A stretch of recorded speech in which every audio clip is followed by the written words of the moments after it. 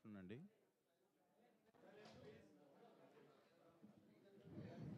Good afternoon అండి.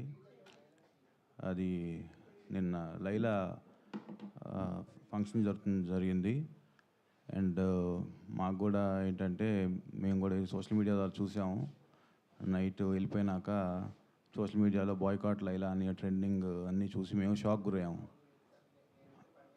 యాక్చువల్గా చెప్పాలంటే అది మాట్లాడిన వ్యక్తి మాట్లాడేటప్పుడు అసలు నేను కానీ హీరో గారు కానీ అక్కడ లేము.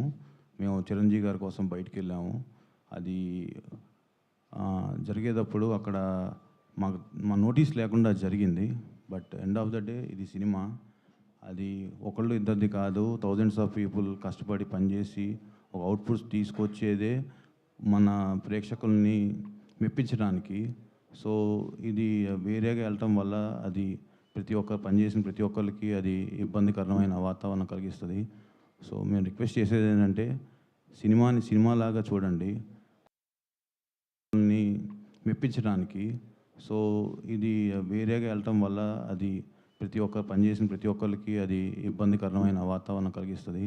సో మేము రిక్వెస్ట్ చేసేది ఏంటంటే సినిమాని సినిమాలాగా చూడండి, అంతేగాని అది దానికి వేరేది చేసి అది నెగిటివ్ దాంట్లో తీసుకెళ్ళేట్టు కాకుండా ఇది ఒకళ్ళు ఇద్దరని కాదు, ఇట్స్ ఎవ్రీబడీస్ ఎఫర్ట్.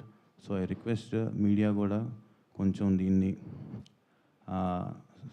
తీసుకెళ్ళి అందరికి రీచ్ అయ్యేట్టు చూడండి. Thank you.